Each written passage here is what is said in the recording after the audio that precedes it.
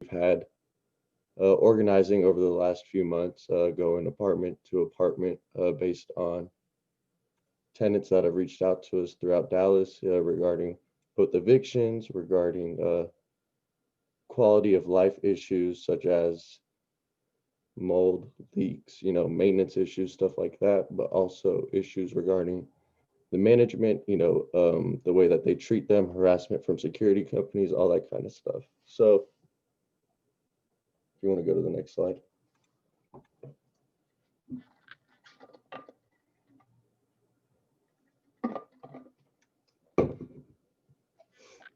So Dallas Stops Evictions is a Dallas-wide tenant union. We work with tenants to build leaders and a membership base and a direction for each apartment complex, how we organize and to win what they deserve and demand. So we believe in collective action and collective power.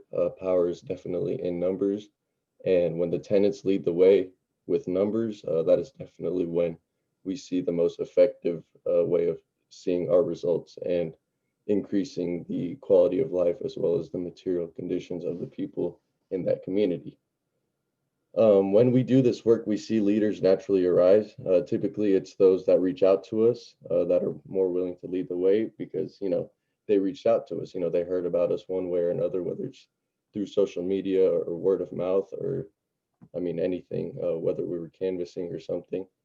So the membership base is a fighting force. The membership base, which is the tenants, discusses what direction the tenant union will go, as well as build the demands for their landlord to meet and aids in the day-to-day life of the organization and their local chapters, such as record keeping, canvassing, etc.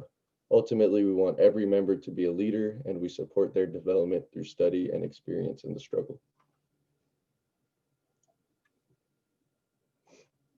Some of the things that we're going to be going through throughout this PowerPoint is hotline and incident report, which is that initial response or that initial contact, the way they reach out to us.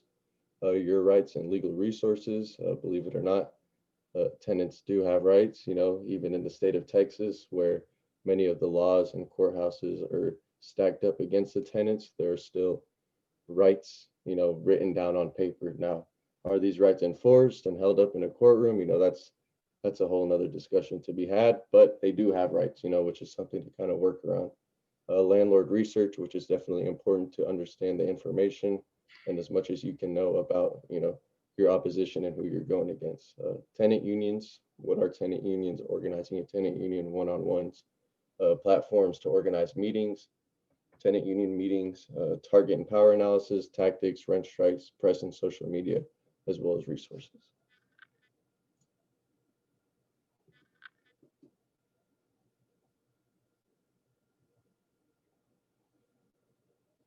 Dallas Stops Evictions Incident Report. So this is like a Google form that we put together where people can kind of reach out to us, explain a little bit. We can get a brief explanation of what their incident is. They can call our hotline with any questions or concerns or issues that are pertaining, like emergency issues such as a leak or an eviction or harassment from the security company. Like for example, with Estelle, what happened there? The tenant Amanda reached out to us. They were towing people's cars. Now, well, whatever. Apartment, that's something that apartment complexes do. It's not whatever. It's a very exploitative thing that these towing companies do, right? They steal people's properties and you got to pay money to get it back, right? It's as simple as that. But what they were doing was the apartment complex wasn't allowing people to get parking passes.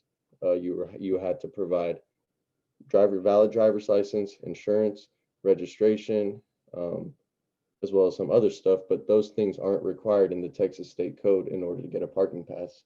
The only things you need to provide are the make, model, color, year, those kind of basic stuff, not insurance, driver's license. You don't even need those things to buy a car.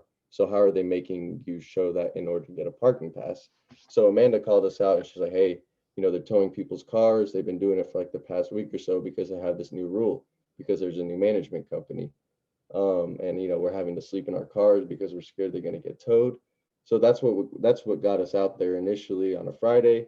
We went door to door. We figured out, whoa, these issues are way bigger than just the towing issue, right? Once you start talking to tenants, you do one-on-ones, you go door to door, and you ask them about information.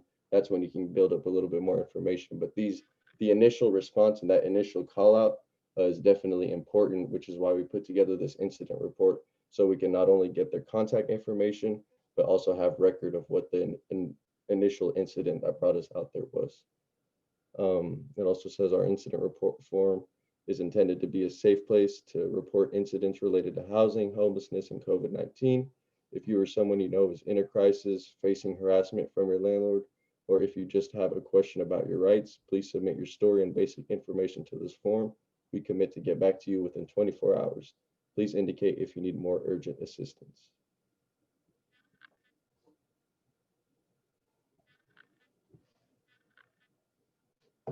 Your rights and legal resources. So some basic rights for Texas tenants. Your landlord cannot evict you without proper cause. Your landlord has an obligation to repair any conditions in your home that negatively affect your health and safety. Your landlord cannot retaliate for organizing or reporting housing code violations.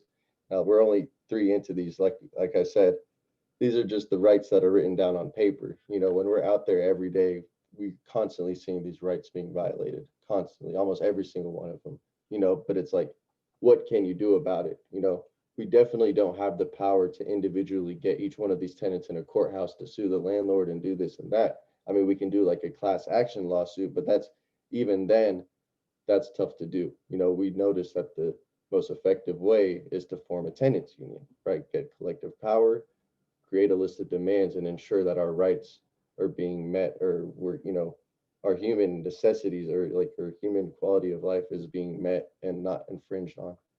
But yeah, so these, like I said, these are just the basic rights that are still written down in the Texas State Code. The landlord must return your security deposit within 30 days from the date you move out, along with an explanation for any deductions for repairs. Discrimination: a landlord may not deny you housing or treat you differently from other tenants because of your race, color, national origin, sex, disability, religion, or family status. Sexual harassment is also prohibited, which we've heard some instances of landlords both assaulting and sexually harassing tenants. A tenant with a disability is entitled to a reasonable accommodation of that disability. Utility shut off: your landlord may not disconnect your utilities under any circumstance. Deceptive behavior: your landlord may not misrepresent the condition of the home to get you to move in or make other false statements to you. So yeah. I did want to make a point about the discrimination. As we've discussed, and like what we talked about earlier, a lot of Black women are facing like eviction and are struggling because of landlords. We've seen like at Estelle, we've seen racist security. We've seen racist security elsewhere. That's a big part of the struggle there. And yeah, so that discrimination isn't only about the landlords. It's who they hire. They hire off-duty police at Estelle who are racially harassing, sexually harassing tenants. So that's something that's understated in the tenant struggle.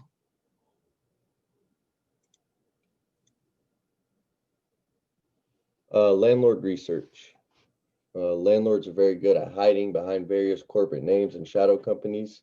Tenants often mistake their property managers for property owners, when a lot of landlords simply contract with local companies to run the day-to-day operations while they're based in, say, California. Um, yeah, we've seen this with just about every apartment complex that we've been in, where we have to go through extensive research to actually find out who the actual landlord is. It's not, that information isn't readily available, and there's a lot of ducking and hiding to not be held accountable, basically, you know, because when we try to hold them accountable, they're nowhere to be found. It's very easy for them to just collect this money, collect the rent, and do nothing, you know, put no money into maintaining or upgrading the units, no money into pest control, no money into actual security measures that are satisfactory to the tenants, you know, because we hear concerns about security. I mean, people want to live in a safe area. Like, nobody wants to feel like they're not in a secure area, but there's security, but it's not satisfactory to the tenants, right? They harass the tenants, and then whatever reason, like there may be a need for security, they're not fulfilling that need, for whatever reason. That goes for both security and the police. So there's no reason for them to be there, yet they're there and they're still not doing anything. And on top of that, when we do these lists of demands and we try to get them over to the landlords, we hardly ever hear anything back from them until we expose them to some kind of media or some kind of city council member or something like that. So even when we directly reach out to them, they still are just negligent, and they try to, weasel their way out of being held accountable for anything. So landlord research is definitely something that is necessary in the tenant struggle. Understanding who your enemy is and who your anger should be directed at. One thing they do with, kind of the deceptive thing to get people to come to their apartment complexes is the online reviews and the pictures that they put online. But it says Google your landlord or property management company, read their reviews, and figure out what other tenants have to say about them. This can also help you identify where else they own property, both in the city and around the country. As we all may know, this is a common tactic used just by businesses and apartment complexes. There's a lot of false reviews. There's a lot of fake reviews mixed in with real reviews. There's either, we see with a lot of these apartment complexes, you're either seeing 5-star reviews or you see 1-star reviews. And you can kind of tell what's real and what's not. One thing we saw when we first started with Astara, the property managers were, when they're on the phone, they would haggle with the tenants and say, leave a good review and we'll either deduct some of the back rent owed, or, deduct some kind of fees, or, they would basically bargain with tenants to leave good reviews and stuff like that. So that's a tactic that we've seen. LinkedIn is a good tool to look up the property manager. They usually have resumes on there and stuff like that, regarding the company, the landlords, or other related parties. I wanted to point out with the Google, with the reviews, we haven't done this yet, but I think it was also in the toolkit. We borrowed from the Kansas City Tenants toolkit a lot when we made this. And like the people who write reviews are always down to do stuff. It's like they're a special type of person who go online and write reviews. They're usually angry and down to do stuff. So that's a good place to start, trying to find tenants who want to start a tenant union. If that makes sense. Mm-hmm. Mm-hmm. Yeah, there's always websites regarding the landlords and management companies. Sometimes they'll have contact info, or all their other properties listed there. Um, Sometimes they don't, or sometimes the contact info they have is not real contact info. You can't really get a hold of them through it. If you live in a property that doesn't seem to care about the tenants, there's a good chance the company is not good to the property managers either. Sometimes the property managers can be a good source of information about the owner, their properties, but also be cautious about this approach, because what we've seen actually play out in practice is property managers and the low-level staff that work in the office tend to cape for the landlords or the property owners, or just for the oppressive power structures that are put in place. They feel that like that burden is put on their shoulder, which, because I mean, in reality, they're facing the consequences, right? We talk about how these landlords are weaseling out of accountability, but who's in the office behind the desk? Is these low level workers who are probably not getting paid much, or getting a little bit off of their rent, or, they usually live at these apartment complexes. So we can see why they feel the need to cape for these landlords, yet we don't understand why they do it, because they're being exploited by these landlords as well, and they're the ones that are having to bear the brunt of the negligence and the exploitation on the landlord's end. But it is a good approach. I mean, it is worth trying to reach out to the low level workers and try to get them on your side. But it is an approach to be cautious about, because they're the ones that are trying to break our like canvassing things up or anything like that. They call the security or they call the police on us. Yeah, we can see your mouse moving. Okay, sorry. A little bit more about landlord research. The DCAD. That's you can look it up by the address or the name of the property owner. or the name of the property. And then it kind of brings up a appraisal with some information. Usually it just brings up the name of the company that owns it. It doesn't actually bring up the name of the owner.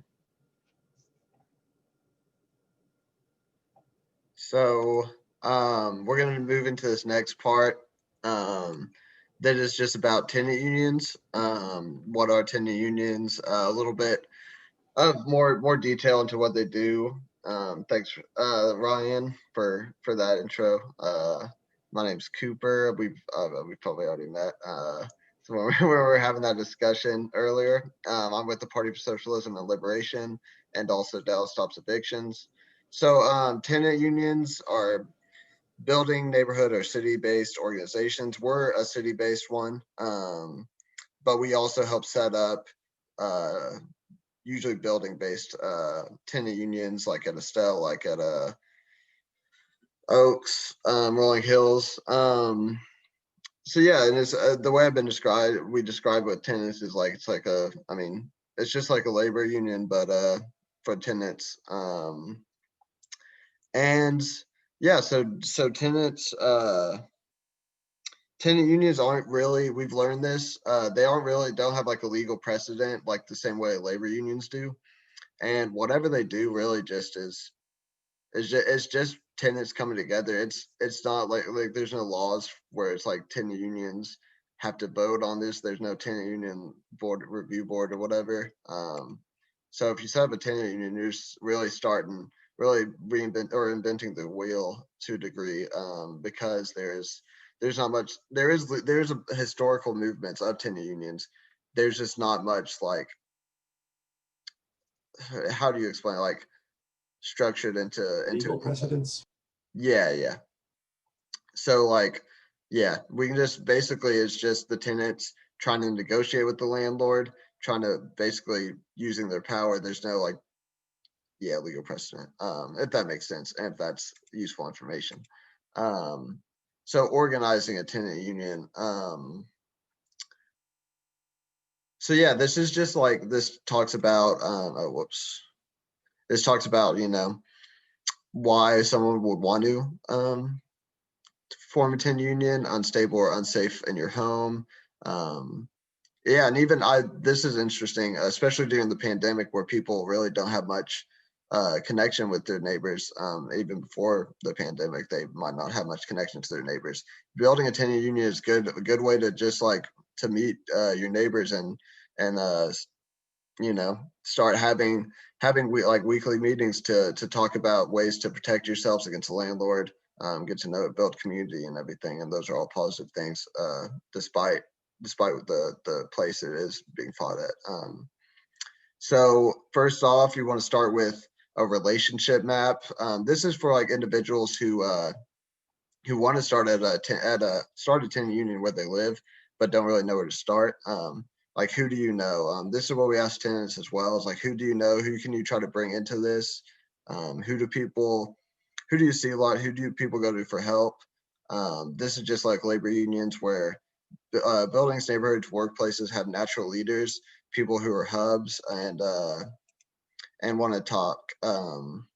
Trace, we are recording this, so we can send it to you. But you can if you want. But yeah, so natural leaders are important. There's a lot of like precedent, like I said, with labor unions where they look for natural leaders who people like respond to, people who know a lot of people in the community. So getting to know those people first is really important. Canvassing, distribute letters to other tenants in your building, especially during the pandemic. We just canvass, knock on doors, and talk to people.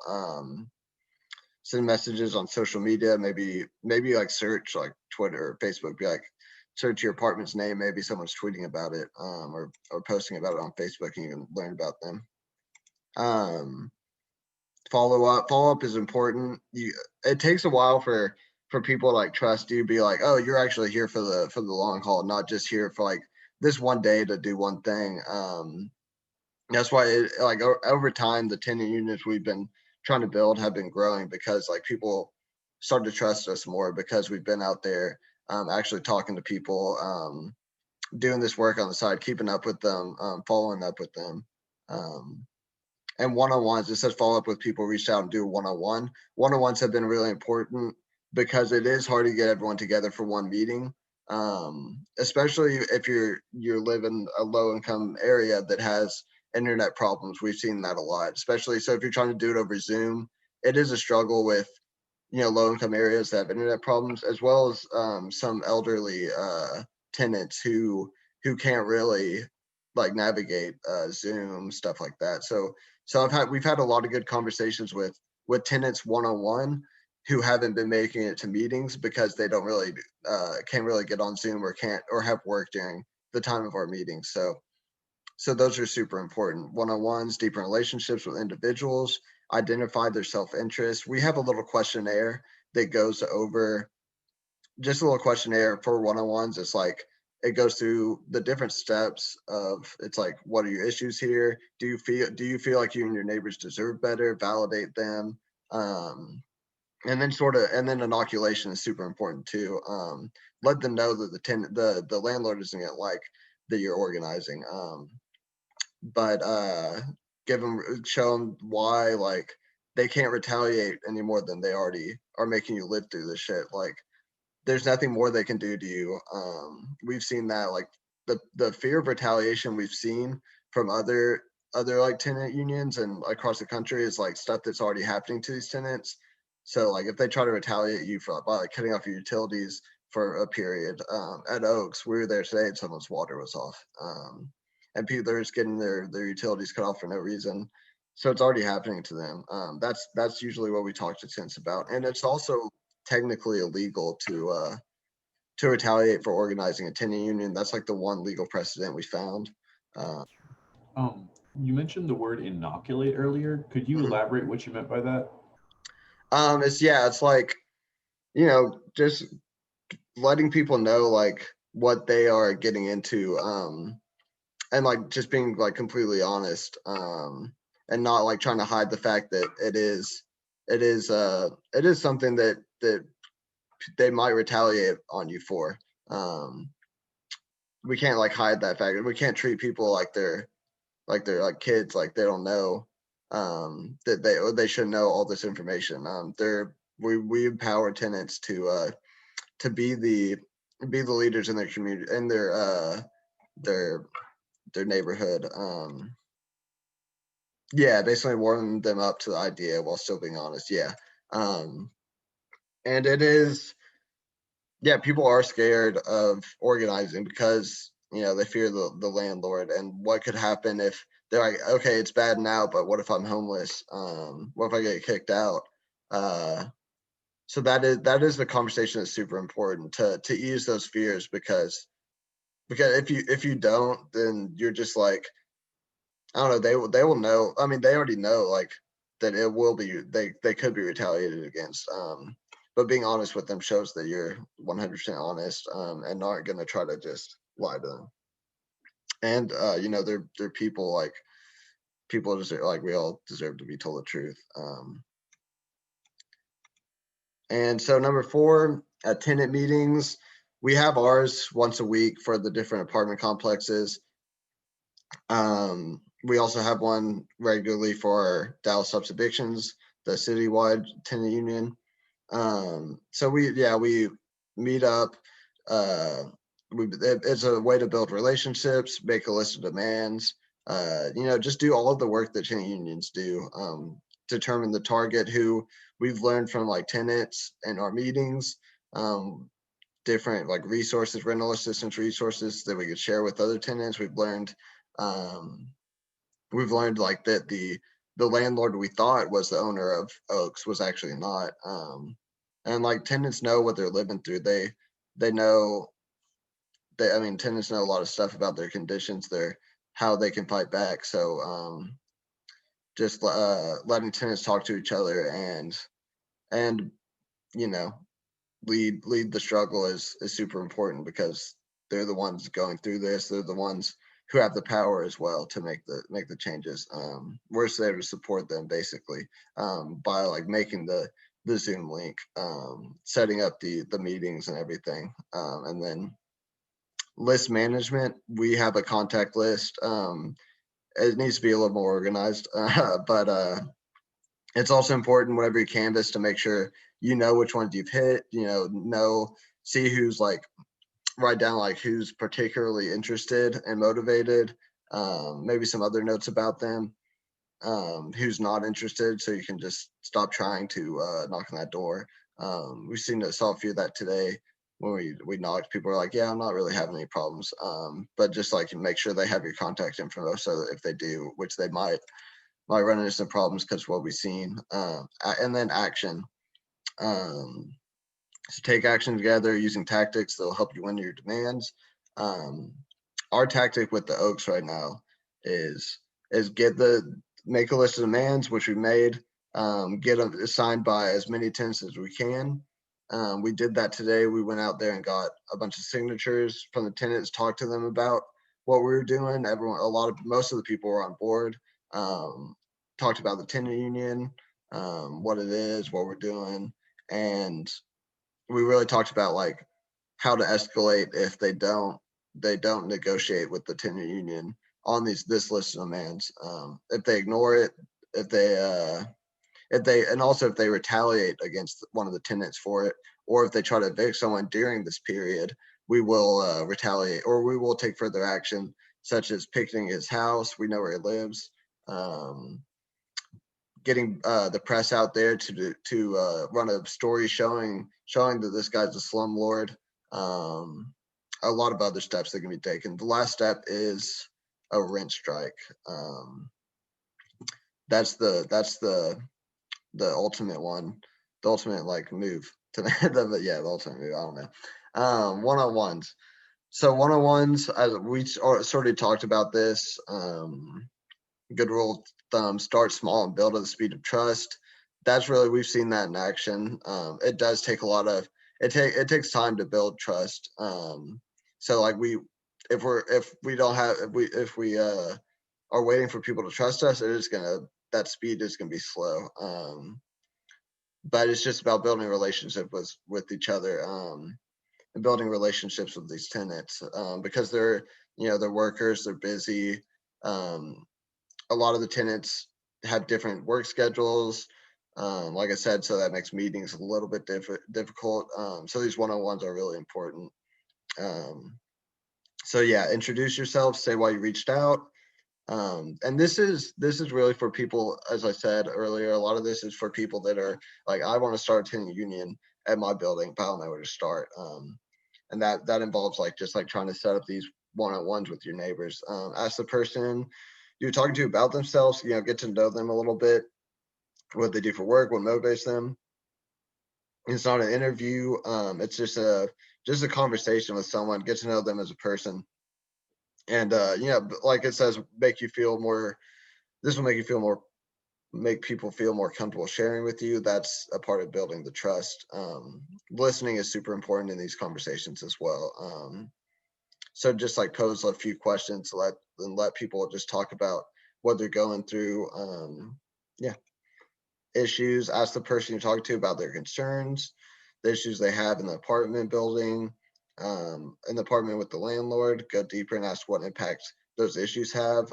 This is one we put down in the questionnaire, is how's it affecting your mind and body?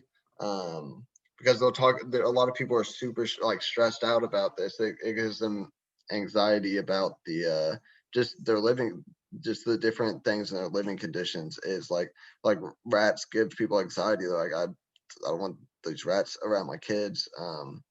Leaks, black mold. I'm scared that I'll get it'll affect my lungs, and we're in a pandemic that affects the lungs. So people are worried. It has a big effect not only on their body but on their minds, relationships as well.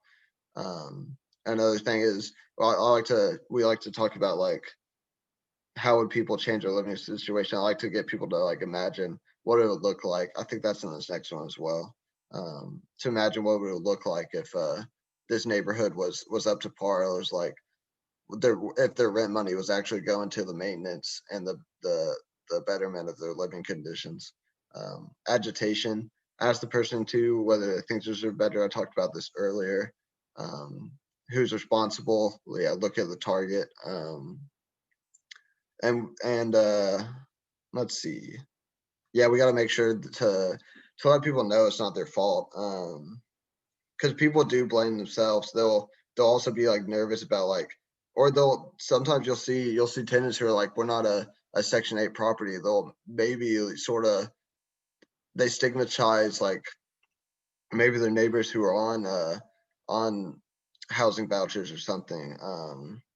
And that's something that we have to make clear as well, is that it's not anyone's fault that there's a pandemic, that there's mass unemployment, that people can't pay their rents. And yeah, that is a conversation that needs to be had as well.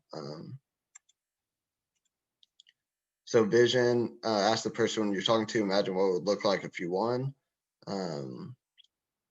What this is a really important one. What does it look like if they take action alone versus what does it look like if we all take action together? That's one of the main sort of like mottos, I guess. We talk to people. It's like, if you're, and this is an example of going to your management. It's like, if you go to the management and ask them for like a repair or put in a work order, it's more likely than not they can just brush you aside. But if everyone goes together, mass reports, work orders, and does all this stuff together, it's a lot more. You have a lot more power in that request, and you have power to do something if they ignore it. You have the backing of the whole union, and yeah. So ask the person you're talking to if they will stand by and allow the issues they've identified to continue, if they're ready to come together with other tenants and build power to take care of each other. So yeah, I did say they don't usually recommend that a first conversation includes agitation or an ask, but these are unique times. And we found that you really do gotta ask like people to sort of formalize that tenant union.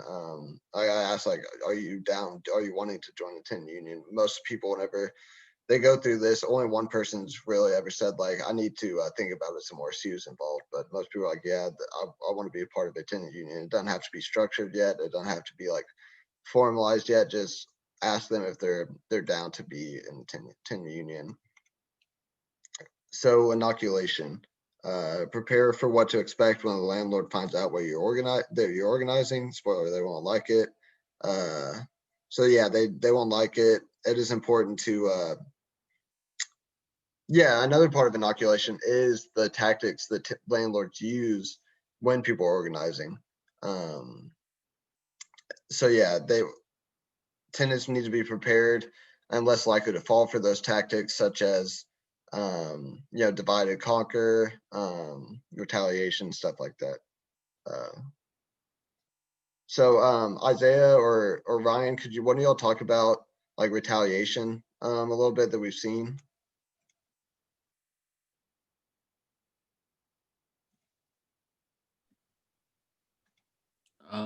Some retaliation that we've seen. I would say from Estelle, retaliation sometimes looks in the form of something where they can follow up with an eviction. Like one of them is in this property, and at Estelle is the loitering, that being outside of their own doors counts as a strike against their I'm not sure what they call them, their strikes or things that would allow them to evict them off the property. So that's something that landlords do. Mhm. Yeah, we've seen that. Also, we've seen the management send like messages to the tenant saying like, don't associate with Dallas Stops Evictions, and we're gonna have the police whenever they come for the meeting, but they didn't. There's just an empty threat. So we haven't seen blatant violence from the landlords. We've seen one, or we've heard about one. Kathy Weeds. I think she's like maybe getting arrested or something. There's a lot going on there. She's wild. But yeah, so nothing makes. Okay, let me look at what your question, Bree. So tenant unions don't have to be structured yet, meaning we can / should bring people into the union from different complexes. If what I said by tenant unions don't have to be structured yet in those conversations is really just like whenever you're having those one-on-one conversations with people, it's really just like asking like, would you like to be potentially be in a tenant union, and like just mark down, yeah, they would like to be in a tenant union, so that you have that answer, and that and then you don't really have to like it's just more like you have their answer, but it's not the tenant union isn't really formed yet, so there's nothing that you can, or it's like it's just like getting to know the person that would be down to join tenant union. I think we should talk about what you asked after in the discussion, Bree, because that's a lot of stuff that I would have to think about, and I think a lot of people could answer better. So yeah, common landlord tactics, divide and conquer.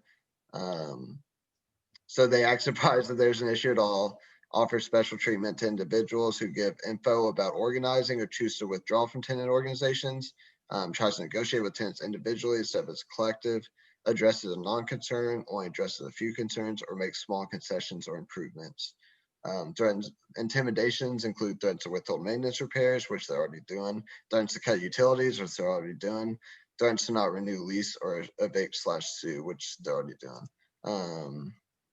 All of it they're already doing. So there's a bunch of platforms to organize meetings. I don't want to go through all these. We don't really use Facebook groups. We use Zoom, clearly. We use Slack and Signal, Google Hangouts and FaceTime. I mean, those are better for like, yeah, FaceTime is good for one-on-ones. Facebook groups are good maybe for tenants just to talk to each other, build those relationships with each other. Because most people are on Facebook. Signal is, a lot of people don't really know what signals are, or what Signal is. And but we've gotten tenants to download it and figure it out. So yeah, that one is good as well.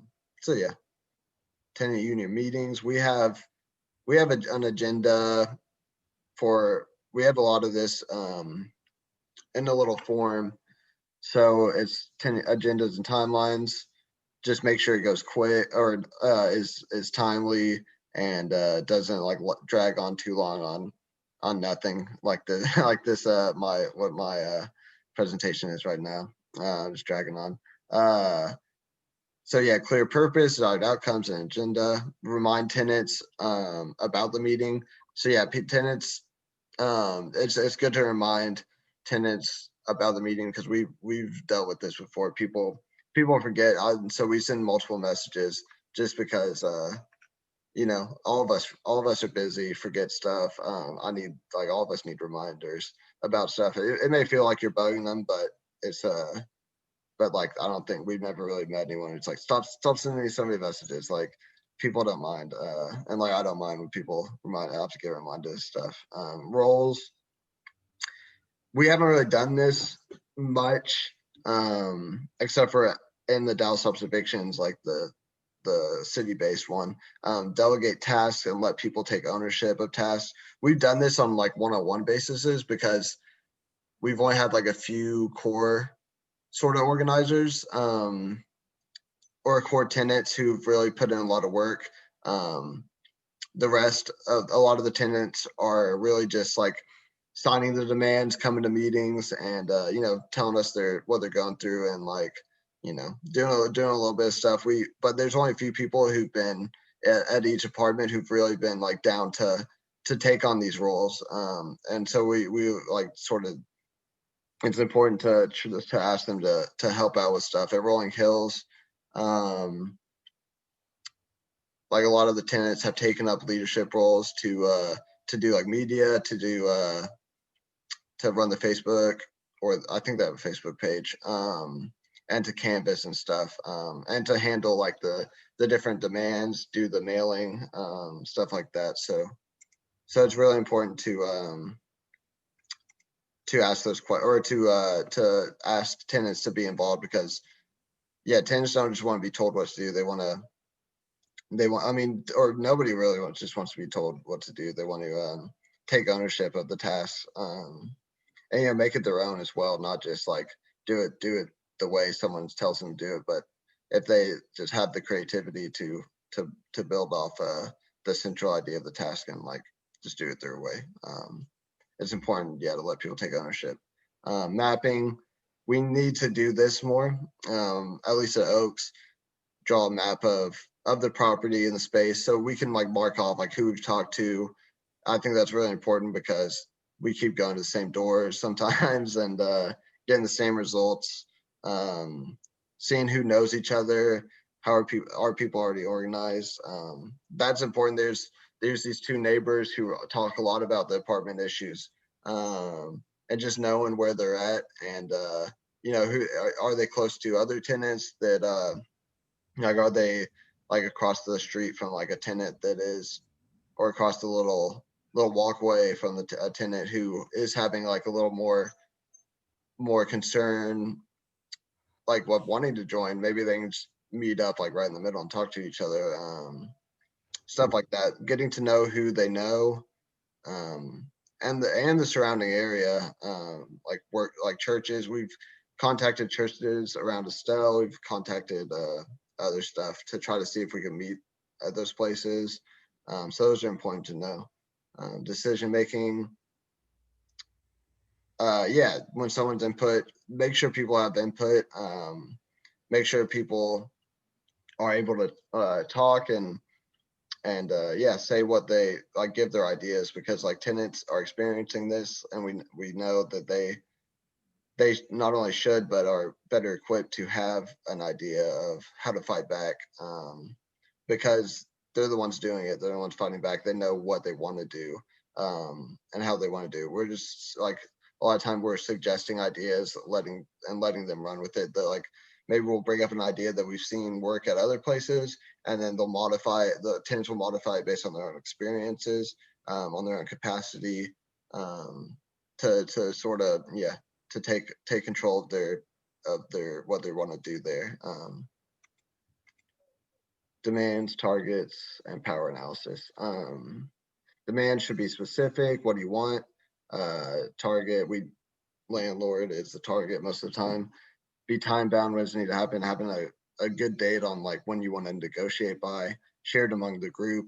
Make sure everyone is on board, as well as specific demands. Rent suspension for 3 months is a possibility. No late fees, no evictions. These are both on our list of demands for Oaks.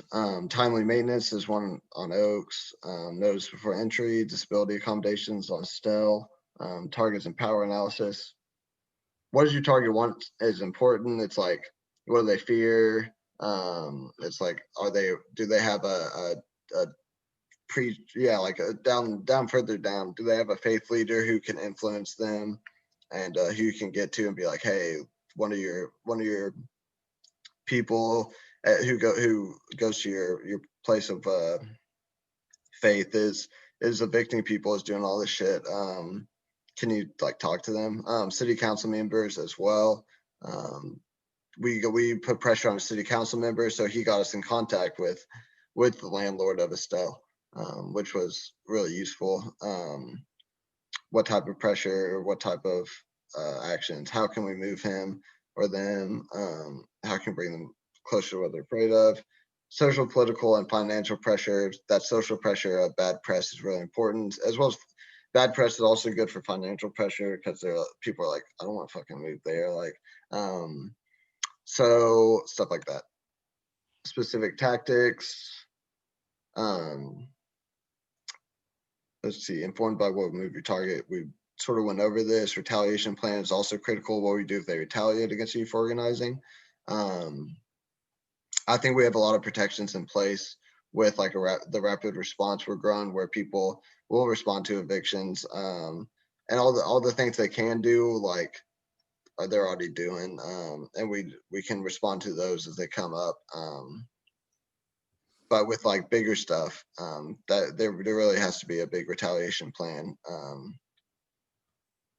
especially if you go on a rent strike. You definitely have to have that plan in place. Specific tactics, letters to the landlord. This not only maybe this also includes not only like a list of demands sent to them, but just people in the public sending him letters, like building a social media campaign for people to flood his email or his home address with letters is important. Press briefings, we've done those. Getting city council people, that's been useful. Signs and windows, this is, I don't know how much we haven't really seen the use for this yet, but it could be pretty useful if like you're by a highway, people can see as they drive by. Social media pressure is important, and rent strikes, as I said, is the ultimate tactic. So key considerations: was hacked to move the target? Is it visible?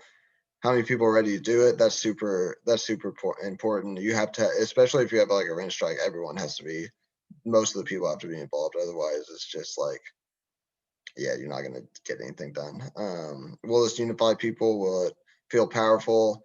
The actions that we've taken really, we believe they do unify people. Like the list of demands, people are like, yeah, like damn, everyone, people have been saying like everyone's experiencing this. Like I'm not the only one. Like it's wild how people don't just talk to, they don't talk to their neighbors about this stuff as much as you'd think. The same way in workplaces, people don't, like there's that culture of people not talking about their wages, all those other barriers to unionizing in the workplace, and like the polite etiquette or whatever that they preach. How management will react? Do we know they'll react? Isaiah, would you like to take over and talk about Estelle? So these are just examples of what we've been over and seen in action.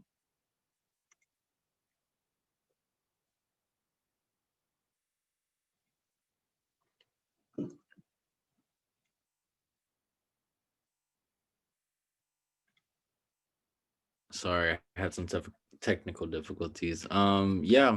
So on the 23rd, Estelle Village created a letter saying that these are the conditions we're facing. We have it undersigned. At the time, we didn't know the owners or the too much about the owners of Silver Tree Residential, saying that we are living in unsafe, unmanageable, insecure housing. We were receiving continuous threats of being illegally towed.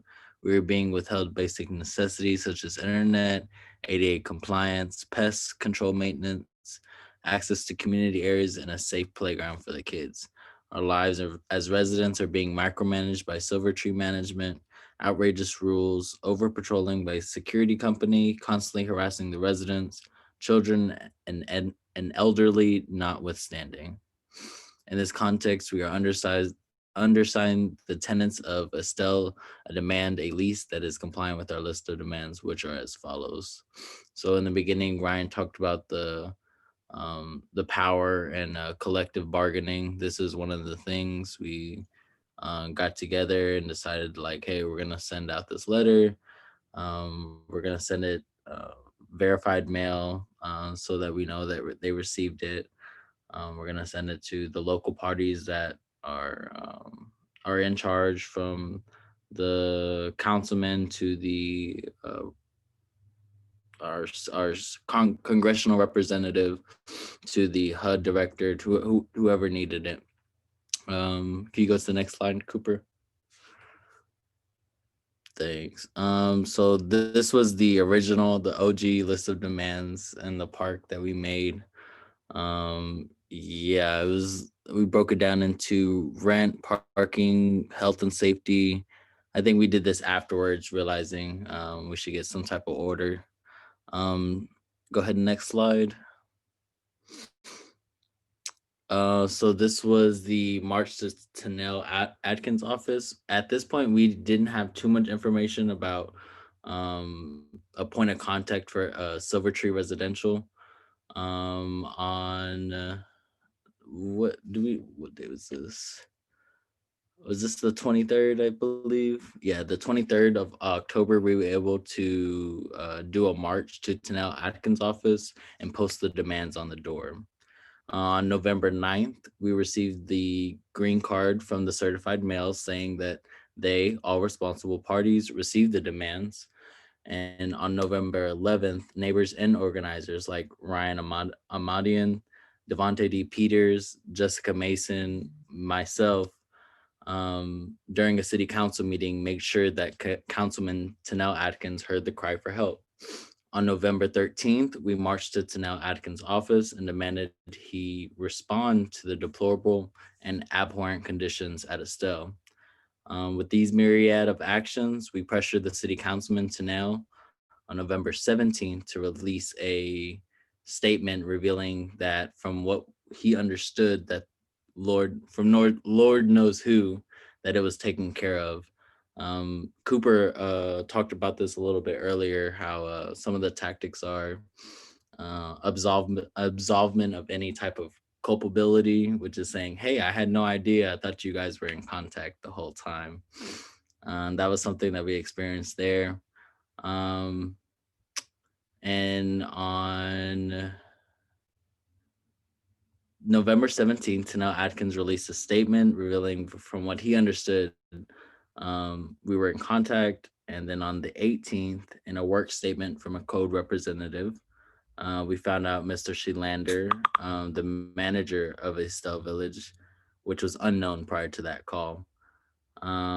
Later on, we found out he is actually the vice president of Silver Tree Residential and the property manager that lives in Georgia and Atlanta, and he oversees over it's a lot of properties, over like 20 or 30, I believe, across the country. Can you go to the next slide, Cooper? I just want to see where we're at. Okay. I kind of delve off. Okay. I don't know where we are. I I kind of know went what. off, Okay, like, okay, there we are. like full on, like wanted to give an overview of, like, I'm pretty sure like we'll touch over all these escalations and stuff during this thing that I have over here. So from when we found out, our councilman told us that he would lead the effort, but the property owner didn't return the call until November 23rd. So after the code compliance representative went out there, he gave us a response of what the code complaints that we had, and identified Mr. Shelander. And on the 23rd, we asked for a meeting, and we actually received a call on December 3rd from Mr. Atkins, waiting for Mr. Shelander and Mr. Carmichael. And then, to my surprise, we did receive that call. We, as Shelander and Amanda, had a meaningful conversation and discussed some concerns. So after a month and a half, almost 2 months communication with someone who's willing to work with us, and we hope this relationship continues when in discussion about changes necessary to improve the conditions of the tenants and not just the appearance of the complex. We also learned he is the vice president of Silver Tree, who oversees the property of who oversees the properties and not the manager of Estelle. Which would make sense on why management wouldn't give up his name. We have been spun with misinformation and live in destitute conditions. This is from Amanda, one of the tenants, well, the tenant there that's doing most of the organizing. So this talks about some of the escalations. We did a lot of escalations, from all the way to creating the letter to send to all responsible parties, to escalating that to creating a list of demands undersigned by all the parties, all the tenants to all the parties, organizing a march, organizing press conferences, speaking at city council, and all these, and got us in contact with the person that oversees the property. So we we feel like that was definitely a win there, and is a model now for Dallas Stops Evictions. Considering Red Strike, we never had to go that far. Thankfully, now that we're in contact, we have an open line of communication. But yeah, it must be collective escalation to work for sure. We don't want any martyrs out there. Okay, you can go to next slide, Cooper.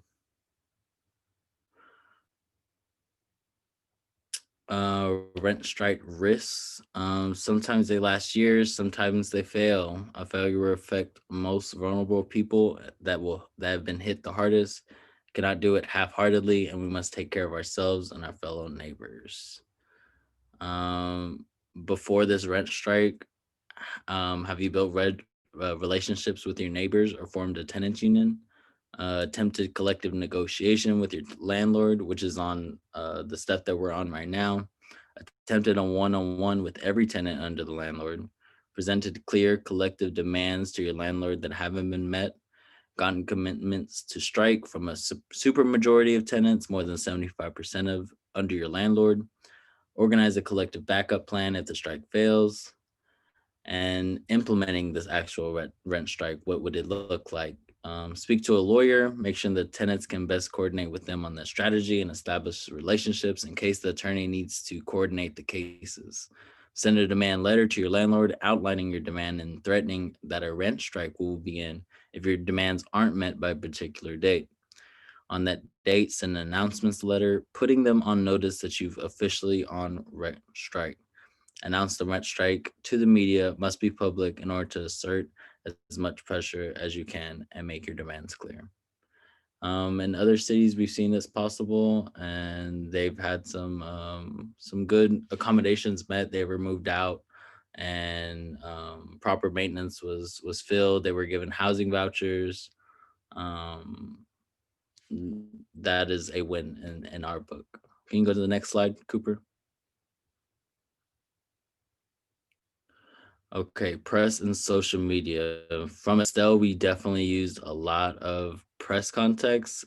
Even surprisingly, we made it through with just local media most of the time. But reporters are really easy to find on the internet. You should organize a press list of names, contact info, social media accounts, and reporters, and who you think might tell your story. So although we did contact a lot of the national press media, we also had a lot of local media there. A lot of people like Smash the Topic, more relevant or more seen media, more circulated.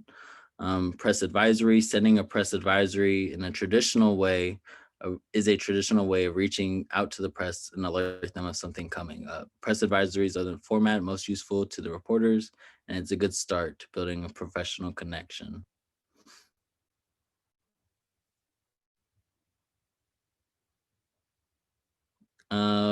Press release. That is something we organize with Estelle. It is a press release is typically sent after something happens, giving a summary of statements about what occurred. You don't have to do it this way. Twitter individual emails are also a good way of pitching reporters directly. So after our list of demands that we created, it was definitely something that we could rally around. These people were living in destitute conditions, dilapidating conditions, with mold, pests, and rat infestations, and we definitely needed to change something. Social media is a very big part. We do a lot of our organizing on there. We do a lot of our donations. I know I share my fair share of posts on there trying to get people's rent taken care of, especially when, as Cooper said earlier, a lot of these, just because a lot of these things are apparent, like the how the landlords aren't allowed to just to I'm sorry, the word's escaping me, to fight back against organizing. They do still do it sometimes, and social media is a good way to, get information about tenants that are on the ground that are struggling. Facebook, Instagram, and Twitter are particularly useful for organizing. You can find other tenants this way. You can also escalate against your landlord. DSC will sometimes post calls to action on the Facebook page and citing a big issue and listing landlord elected officials' contact info and a script for folks to use. Your union can do this, drive calls message into your landlord's number. So that would be another way that we could definitely blow up or agitate our landlords is by mass calling. You can go to the next slide, Cooper. I did want to add real quick, social media being important with like tenants live streaming our meetings. There was that one, our first meeting at Estelle, one of the tenants, like just one of the tenants' Facebook posts with the video, like got a lot of like 1,000 some views. It really just like, you know, that's how social media works and can spread like that just from tenants themselves. Yeah, for sure. Okay, reminder, common landlord tactics. This is a response to recent notification that Estelle Village Tenants Union posted on my door. This is from Tanel Atkins.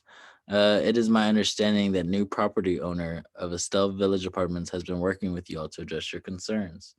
So this was from our councilman asking for some type of accountability and some type of information about these new property owners that people had no idea what was going on. So of course they act surprised that there's no issue at all. He continues to say our community realizes that the Estelle Village apartments have suffered from rampant crime, then threats of evictions, and necessities to internet and maintenance. I've taken the lead by helping to involve stakeholders in the area. Probably not. He addresses a non-concern and only addresses a few concern. What we saw when we demanded a list from our property manager was that he gave some of the things that he's fixing, but what was specifically asked for was an itemized list of the things he will fix and he has fixed. So some blanket generality to where they're not stating specifics. Therefore, I ask you to please reach out to me directly. And if you have any concerns, suggestions, or issues, at this point, they're trying to establish some point of a connection. But as we know in liberal ideology, sometimes that is one of their ways of slowing the movement down is by this incremental change. Like, hey, okay, you want to have a meeting with this guy? Let's just talk about one topic, and then maybe next week we'll talk about something else. But until we figure this one thing out, we won't be able to do it. So they address the non-concern, only address a few concerns, and make small concessions or improvements. Estelle was under a big magnifying glass, as a lot of you know. They reported in Dallas Observer. They released a press statement trying to absolve themselves of any culpability, giving excuses, um, uh, giving excuses, and also giving things that are things that they've done to remodel the property that don't affect uh, uh, the renters or the tenants' everyday lives. Until recently, they actually put in new washers and new dryers, I believe. They resurfaced the concrete. And these are changing conditions that we see right now. Can you go to the next slide, Cooper? Yeah, it's just a bunch of resources and stuff. I haven't done any landlord research, so if Cooper, you want to take on over. I think we just go through this because we already went through the landlord research. These are sort of things. These next few things are like things we can send to y'all. That's in the actual toolkit, the Google Doc. It has links to stuff like this. I'll post in the chat and I'll send to everyone's emails. So we will send this out. Like there's this worksheet sort of shows like what questions to ask when you're researching a landlord. Then there's just different templates for people to use, like a letter to your neighbors. First off, I'm not sick of the virus. I just wanted to check in, see how you're doing. Do you want to talk about our needs, the conditions of the building? And this, yeah, just templates for a tenant union meeting. We've used these before. Template for a tenant union letter to the landlord. Press advisory template to press release. We've been using all these. legal assistance and rental assistance resources. So yeah, those are all just like things we have in the toolkit that are useful for people when organizing a tenant union. And this is our Facebook page. There's Alex's icon because she took a screenshot of it and it stayed up there. I just noticed that. And then there's a Facebook group. There's this map of city council districts and JP precincts. All this is in the toolkit as well. The contact info for JP courts and the constables, info and notes. There's probably going to be a lot of notes on. Probably haven't changed it yet, but once we update this or take another screenshot of this, there'll be a lot more to say about Thomas Jones because he's ridiculously corrupt. So yeah, I don't know why that's empty. That's wild. So then we also have copies of the CDC declaration and also how to use it, what you need to do to qualify and all this other stuff. Yeah, all power to the people. This is our contact information. So yeah, let me stop sharing. So yeah, y'all wanna talk about this stuff? Anyone have any questions? Oh wait, I did see Trace. You put that's so interesting. They started out with pointing out the rampant crime in an area to make felons. Yep. Yeah, Go ahead. I would mention that. So I'm a canvasser as well, not how you guys do it. The very establishment liberal, you knock on their door and ask them if they're registered to vote and stuff like that. It pays $20 an hour, so I'm just go ahead and get my check and not knock on their doors in all honesty. But anyways, so there was an apartment complex here called Forest Cove Apartments, and living conditions were really bad there and stuff like that, like boarded up houses and everything, windows smashed and stuff like that. You would think people aren't living there, but it's a full it's a whole entire community and stuff like that. I forgot the word. But anyways, when you look up the apartment complex online and stuff, again, like when you guys were mentioning, oh, they'll try to lie about the apartment complex, saying how nice and like get fake pictures of them and stuff like that. That's what I was seeing on Google and stuff like that. And then when you mentioned how the city's response to those apartment complexes saying like we've dealt with rampant crime there and trying to villainize them, I saw that same tactic used with Forest Cove Apartments here was like people made awareness of it, and the response was we've had history of rampant crime and there and stuff. And it's just interesting how I see like the attempt to like villainize the people there without taking responsibility for their part in that and stuff like that. Yeah. Yeah, for sure. Yeah, that's like step number one for one of the first few steps for gentrification is like getting a bunch of police in there, kicking them out. I was just going to say that with Redbird Mall, which is also a dilapidated area, they constantly say the rampant crime and this project that they're doing with a wealthy developer will somehow fix that. That's exactly what's happening. They're like, oh, we have like a $2 million, $2 billion, whatever. I don't think it's $4 million in tax. They're called TIF funds, tax increment finance funds, from the community put up with wealthy investors to have a mall that's gonna have corporations all inside there and nothing that's gonna benefit the community. So yeah. Do it when you're poor to say that we're not going to invest you, and they're going to do it when you're poor so they can invest you and gentrify the area.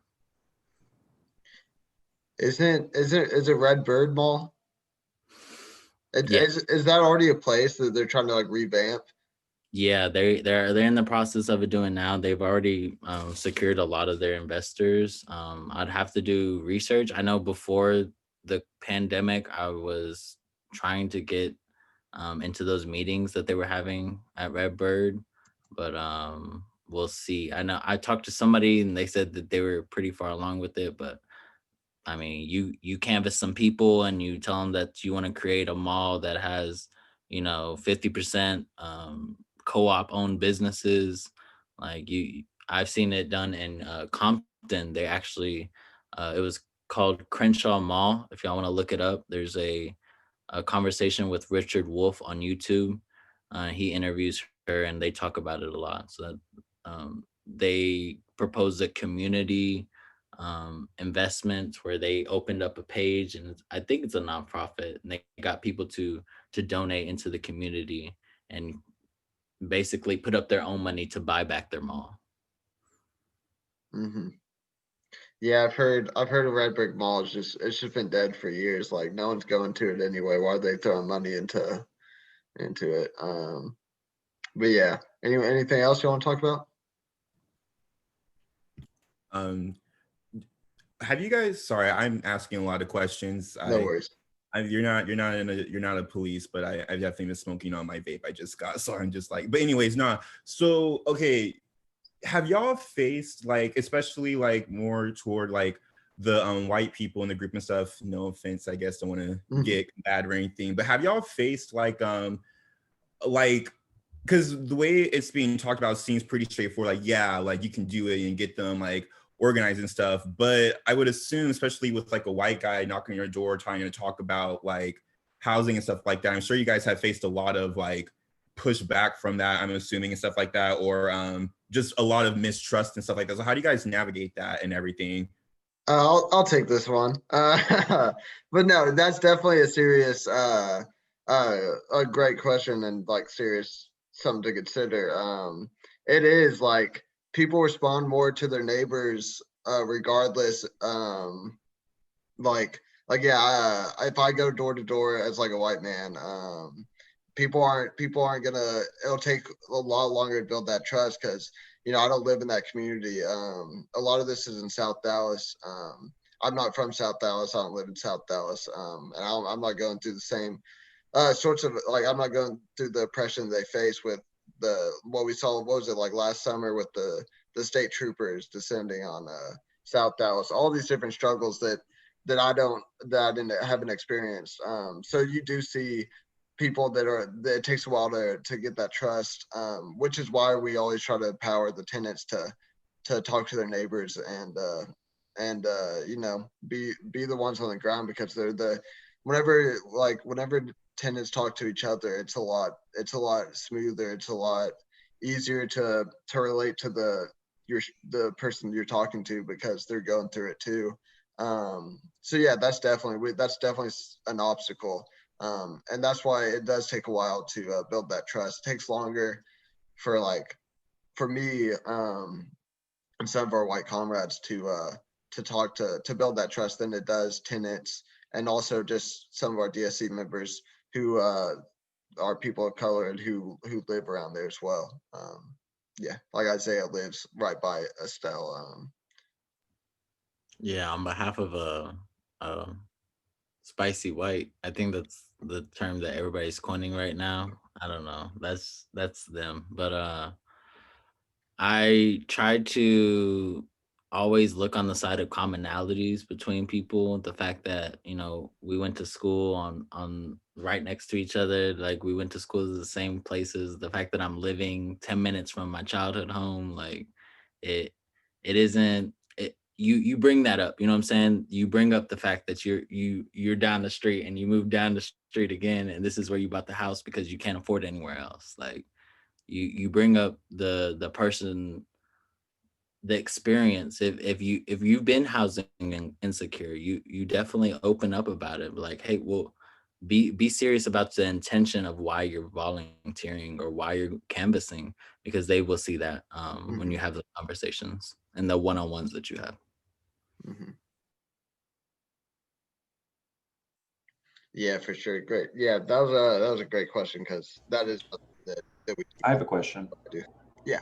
So you're a part of the PSL. I'm curious, my intuition is that when doing tenants organizing, it probably is best to focus principally, if not exclusively, on the tenants organizing and not necessarily contextualizing it in like the bigger picture of capitalism and so forth. Would you agree with that, or do you actually, how open with tenants are you when it comes to contextualizing why you are motivated to do tenants organizing? Yeah, that's a good question. We do like to bring we're pretty open about our anti-capitalist perspective, because all the members of the coalition that originally like formed the Dallas Stops Evictions, our socialist groups, Socialist Alternative, DSA, Diaspora United, CPUSA, all these people we've been working with are explicitly socialist, and that's also made it really smooth, like just interacting with each other. But at the same time, yeah, we don't shy away from that. And like we've seen tenants who've been regularly participating, they start calling us comrades. They really start using socialist or like looking at things through a socialist perspective. So yeah, being upfront about that and not being afraid that it's a stigma, or like, you know, not being afraid that might scare people away is really important, because, you know, people will learn, like, or will lose those perspectives, or lose those fears they have of socialism that we've grown accustomed, or that society pushes, basically. Yeah. 2 questions. Well, from my experience, actually, with canvassing and stuff, a lot of people, especially if they are facing housing crisis, are actually really open to like socialist conversations, because they're probably also just like, yeah, no, fuck this shit and stuff like that. You know, at least that was from my experience. Most people are pretty open to that and stuff. But I was gonna ask, so like, I forgot. Yeah, so how do you guys make an initiative to kind of like send the tenants off per se on their own way, in the sense like they can organize themselves and stuff like that to try to empower them and everything and stuff like that? Or do you guys just more so say like lead the cause itself and everything, you know? I can answer that. I think there's definitely like both, kind of both. We definitely like to let it form on a like in a natural way. We like to let the tenants just lead the way, but we don't want to push them or force them to do anything that they're uncomfortable with. We say tenants lead the way, and we're there to support them, and they always know that too. And even the tenants who are usually the ones that are leading, the one or two, the ones that had called us out there, they already make the distinction quite early on that DSC can't do the work. It's going to have to be the tenants at that complex to actually get together and want to make a difference for their living conditions. Otherwise nothing's going to get done. DSC can't be a representative of that community, because whoever needs to be held accountable are going to be like, who are these people that don't even live here, who are trying to make demands, like, y'all don't even live here. So we definitely need tenants, and as many tenants as possible, to not only be a part of it, but lead the way and eventually organize themselves, which is kind of what naturally happens once they start talking to each other. The lead tenants kind of take an active role and start delegating people other roles, and they all feel more invested in the process and the struggle to improve their conditions. But yeah, definitely, like what we've seen from our experience is it's always like a little like back and forth thing, where usually when we start out, tenants are pretty involved, and then they kind of back away, and then we kind of have to step in, and then things don't really get fixed, and then they get agitated again. So they step in, and then we kind of just support them. So it's definitely just like a back and forth struggle and a process, but there's no right way to do it. You just kind of got to do it. Yeah, to that point, about not being the right way, like 3 of our complex, like the place we're working, like have 3 totally different experiences on that. Like at Francis Place, they were already like basically a union. They all knew each other, all the tenants there. Like they always discussed like, hey, what can we do? What can we do about this? They've tried to work with other organizations to try to build something. But so whenever they called us, we really just had one representative there, like be like, okay, this is the options that we've seen that we can do, and these are some of the things we've done, and maybe we could do it with y'all. So, and then they just basically took it from there. And then at another place, one of the lead tenants who've been doing most of the work was like we want to pass it off to the tenants where it's just them, but you have to help out, like we're saying, the lead tenant. It's usually the person who's most involved and who usually reaches out to us.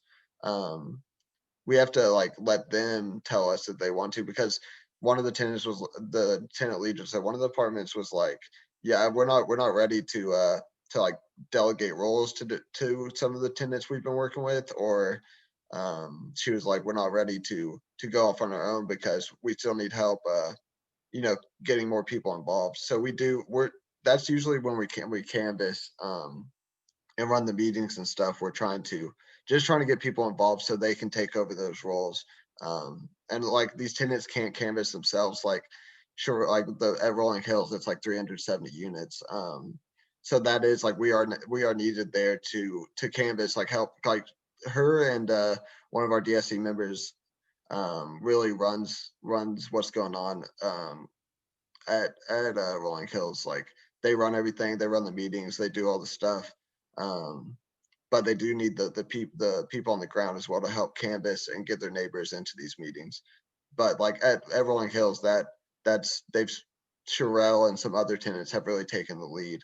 And we're just, people like feet on the ground helping and, supporting where we can, sending them the resources we have. And if they have any questions. So yeah, does that make sense? Okay, cool. And Bree had a question we were going to talk about earlier.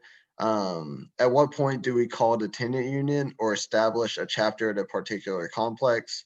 Does it make sense to bring people in as members of a tenant union before these meetings and the demands are made? So we like Dallas Stops Evictions is like a citywide tenant union. And so I think bringing people in to, like, if you're going to do it somewhere else, say like San Antonio, wherever, Austin, which is where y'all are. So if you're going to bring people in, like bringing people into like a citywide one first and being like, yeah, y'all want to work with us. And then you can just say you're a citywide tenant union. And then they'll be like, hey, you're part of this tenant union. We'll like, work with you, do all this stuff, support you, try to get you in contact with legal and rental assistance, or, go to court with you if you need to explain the CDC moratorium. That's sort of how we started. And then from there, whenever you start working with tenants or like working at like a specific complex, setting that up, I think how we've been doing it is like, as soon as the demands are sent in the mail is like when the tenant union is formalized. Because the demand is like, we the tenant, we the Estelle Tenant Association, we the Oaks Tenant Association demand these measures, or demand these changes. That really is when it's finalized as tenant union, because all the people are agreeing to that. And yeah, so yeah, Ryan. I think to that point also, one of the reasons why that's usually like when we feel like the tenant union is completely formalized is because when we get the list of demands together, we form it into a petition. So we go door to door and get signatures. And usually when we get signatures, I mean, we read off this list of demands and it implies that they're signing into the demands of the tenants union, but we also get contact information to keep in touch with them and keep them informed on the meetings and try our best to keep them engaged in the whole struggle as we try to get our demands met and try to get the conditions improved.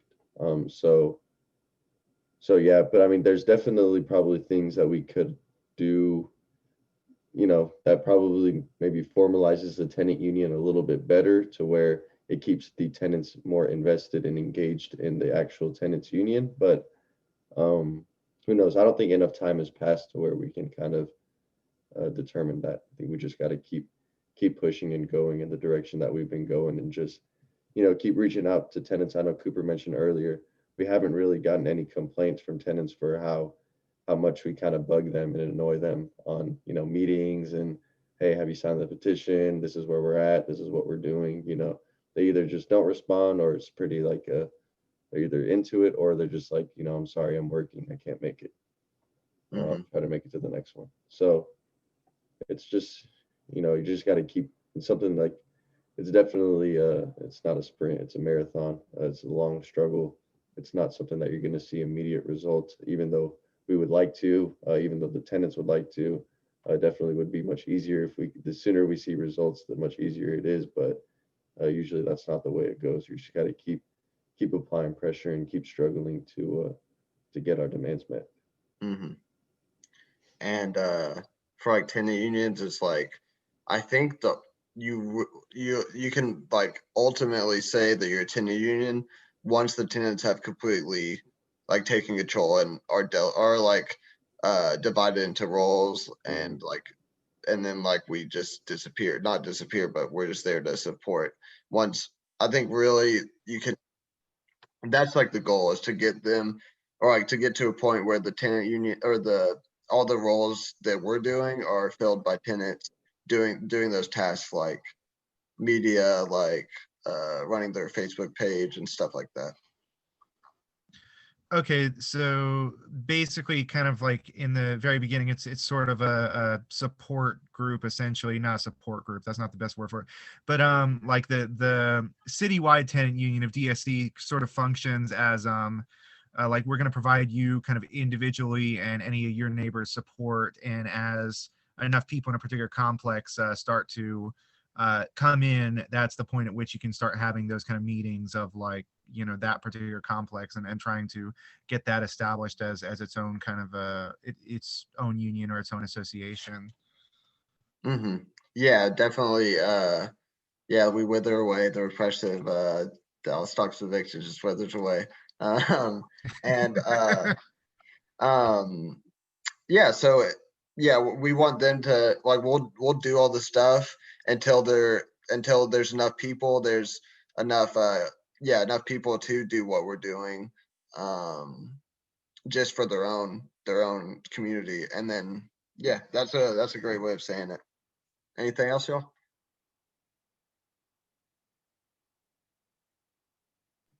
Well, shout out to y'all. Like, that was a pretty great presentation. It's a great information. So I know some folks that want to do some either tenant organizing or do some organizing like outside of courthouses, which I don't know exactly what that was, whether it's like informational. I know it's like a form or a doc or something. I still gotta get like more in tune with that. And so I guess is this like a toolkit, something that can be shared for other folks, groups that want to help out, and also I guess like what partnerships or can be had, or do y'all have some so that one support each other, especially like in with direct actions, right? I think that's always like community what's it called, outreach, not outreach, but yeah, coming together.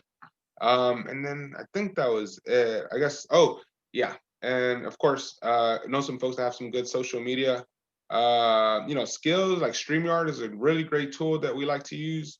And for sure, like we are more than down to like offer it to DSC to be kind of behind the scenes and help facilitate some of it. It's like just eye candy. It's a great way to like get information like at the bottom and scrolling and all that stuff. What group were you with? So, well, I work for the Texas Organizing Project, but Yeah. there's this offspring group that's forming right now with top members, because we don't do a lot of housing right now at Texas Organizing Project. We do in other cities, but they also want to take on some other issues like services or other issues, and then do services because top doesn't do services. And ironically, it's called House of Justice, even though it's not necessarily just a housing thing. It's a lot of rooted in criminal justice reform, but they also want to like help out with like housing justice, I guess, and tenant, or yeah, all that. So Yeah. I'm sort of forgetting your the first question. But yeah, I posted the toolkit in the chat, but and I know you were asking like if there's a like this information. So there's that. And yeah, we would love to work with other organizations on direct actions at courthouses. We had one at Judge Jones Court because he's been like the main evictor and Dallas. And like we look to like Kansas City tenants, KC tenants, they're a 10 union. They've been doing no eviction January, I think, or something. and they've been blockading the courthouse and stuff like that. That's something we'd have to like look into more and like try to figure out how to do it here if we were going to do it. But we don't have plans to right now. But there is like, yeah, definitely look into other groups. Is like this toolkit was based a lot on the Kansas City Tenants Toolkit, and yeah, so we would love to like collaborate with other organizations and we also like we're down to go beyond. We all of us like we work with other groups. We go beyond housing. We work with like we want to criminal justice or basically abolition stuff and fighting mass incarceration are really important to the struggle as well. Yeah, no, I appreciate it. Yeah, we'll connect. And Judge Jones was definitely a target, like in that other space as well. So yes, for sure. Yeah, Right. it's terrible. But yeah, definitely reach out to us. And Bree, you had another question? Yeah, it was sort of a kind of related project we've been working on here in Austin. First, I'll just say, thank all y'all again for putting this together, for the amazing work that DSE has been doing. And it's, we've been watching it closely for kind of our own model and on how we like organize tenants here. It's been really helpful to us. I also want to ask kind of about like basically this thing we've noticed, this project that we have started on, that's not tenant organizing per se, but essentially there's kind of an area outside Austin, an unincorporated area where people are paying up to $200 or $300 a month for their water bill, even as the water continues to come out undrinkable. And so it's a mix of kind of homeowners and renters, primarily renters, but it's not so much apartments as it is kind of single family homes and whatnot. And yet we're still we kind of see that as an important project for us, because it's like what does it mean to not have affordable drinkable water in a pandemic? I'm just wondering how, like, whether like basically we'd like to fit that into our work. We'd like to sort of lead off the new year like really focusing on that, but I'm not sure how we would apply like this tenant organizing model to essentially like taking on a water company and possibly city officials. I think there's some similarities like that you could use this toolkit to just go talk to people about it. Do like analyze who the target should be, who's like responsible for supplying them with water. I think you can apply the same principles. Isaiah, Ryan, anyone else want to talk about this? Because we'd also want to know, because like Sand Branch, they're unincorporated city, like little town in Dallas, like 100 people. They were a former slave, former slaves founded the town. It's mostly people have been there decades, and they're just not there. They don't have drinking water at all, clean drinking water. So that's definitely something we should look into. I know the city's trying to push them off that because there's like millions of dollars of gravel in there under them. So that's something we definitely want to learn alongside y'all. Ryan? I mean, the only thing that I can say from experience, I mean, are y'all in contact with like the EPA or anybody like that, or are the feds basically investigating it? Because at a certain point when it escalates, I know that can be a thing if it's like a citywide issue in regards to the pipes. What I'm going off of is the toxic lane plating issue in Highland Hills that was relevant to the tenants in Estelle Village. And I know they have a meeting coming up here in January, but it's been about 2 years now that the EPA has been involved. And I think that's also partly because this, at least it was HUD Housing. It was DHA owned the property in Estelle Village in particular, but this toxic lane plating issue was affecting the whole community, where there was chromium in the water, if I'm not mistaken, chromium and lead, a few other like toxic chemicals, and it was both in the drinking water and the showering water, and it was affecting a whole bunch of people. But I know that's probably not a lot of help, because it's got to like escalate to that point where you get the EPA involved. So you got to go to the city council, get the state representatives. I mean, that's not trust me, like I don't see these as effective measures by no means, but I think it's something that needs to be done just in order to kind of get to that final step of being able to expose them. Because now, even with what's happening in Highland Hills, is the EPA is involved, but still nothing's happening. Or at least they're very slow to get these issues resolved when it's low life and death manner and people don't have access to clean water. Um, so yeah, I don't know if that was very much help, but it's gonna be a long process, definitely. And you have to expose them for who they are, which is, I mean, people who put profits over people, right? They don't care about the quality of life. They don't care about human life when there's children,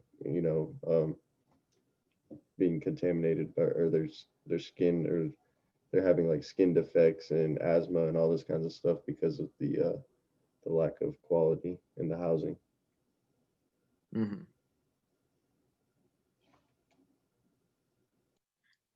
Bree, does Yeah, that? thank you. Yeah, absolutely. Thank you. Okay, cool. Anyone else have any questions?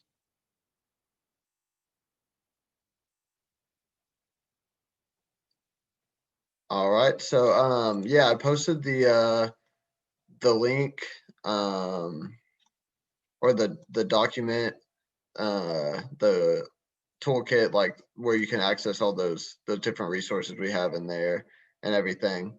I will also email the video to people, all the people who signed up in the Google Forms, and we'll also post it on our YouTube, probably, and yeah. So, y'all good? How's everyone feeling? I don't know how to end this. I know I Good talked meeting everyone. What was that? Thank y'all for joining. Yeah, thank y'all. Appreciate you.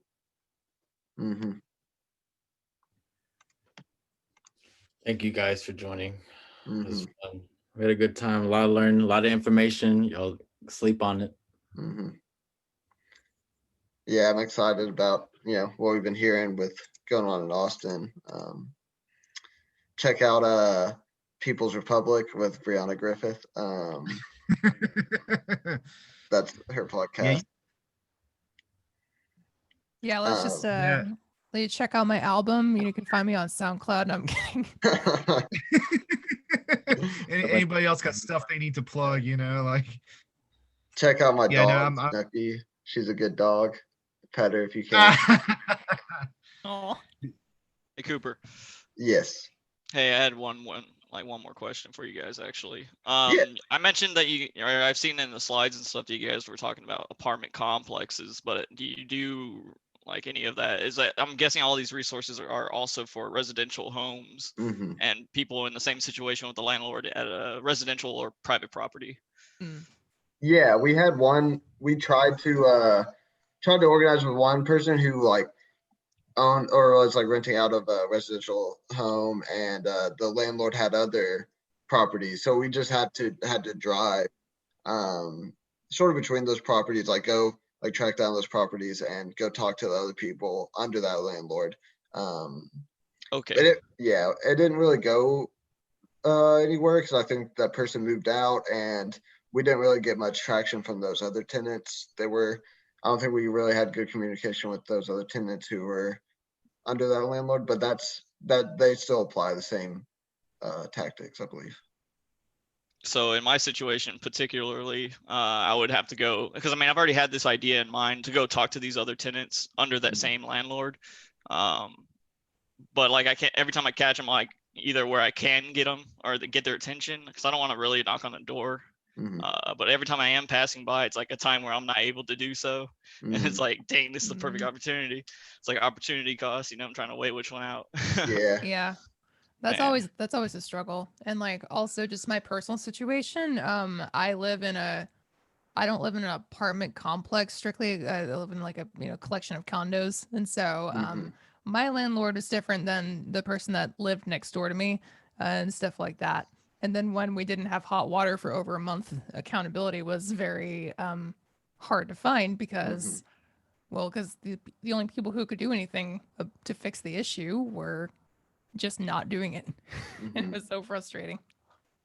Yeah, we also at like townhomes. There's like really one of these townhomes. It was just one landlord who was doing all that shit. And her name's Kathy Weed. She's wild. Shout out Kathy. She's a terrible landlord in person. I heard that earlier in the yeah. presentation. But yeah, so yeah, they were able to find out like the other landlords. Are you able to find that out when like who the other like units that your landlord lives under? We just went and knocked on the ones that that other landlord, the person's landlord lived under or was like owned. Yeah, like when I was in the middle of the hot water outage, I was pissed off enough that I was like, knocking on doors and like I basically took my megaphone and I was like trying to have a conversation from like 50 feet away, just so, because I take social distancing very seriously. But it was annoying. Did And you just seriously shout at your neighbors with a megaphone? No, I didn't. I like, not with a megaphone. I talked loud from further away. I didn't go with a megaphone. That would have been funny, but probably a disturbance. I think it might have actually pushed people more to the right if you did that. I'm not gonna lie. Yeah, Like, exactly. like no. Oh, I was kind of sympathetic to socialism, but then this communist started yelling a bunch in a megaphone. Now I'm a hardcore fascist. Yeah. Yeah, but to both of y'all's points, the same tactics should apply. It is harder though, definitely.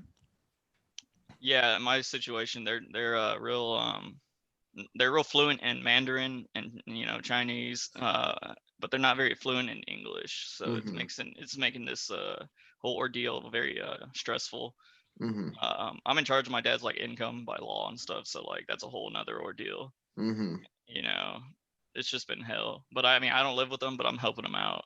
And man, this is the second time going to Dallas County. It's already scheduled for a continuance. I just had a Zoom virtual meeting with the judge, Judge Greenberg or something like that, law number 5. And man, dude, I felt like up until this night, I was like the only one like dealing with such like this particular situation. But I knew the apartment complexes were hitting bad too.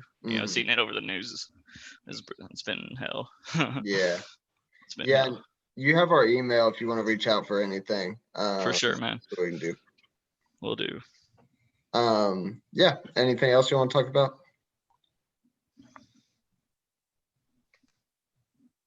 All right, y'all. Yeah, really appreciate y'all getting on. There's been a lot of good questions, and I really, it was good to try to think about those and like think about like what y'all are bringing up. A lot of it's super is new and like really important to think about. All right. Thank you guys so much. You have a good night. Thank you. Thank you all. Have a good one. Yeah. See y'all. Have a good one, y'all. Thanks.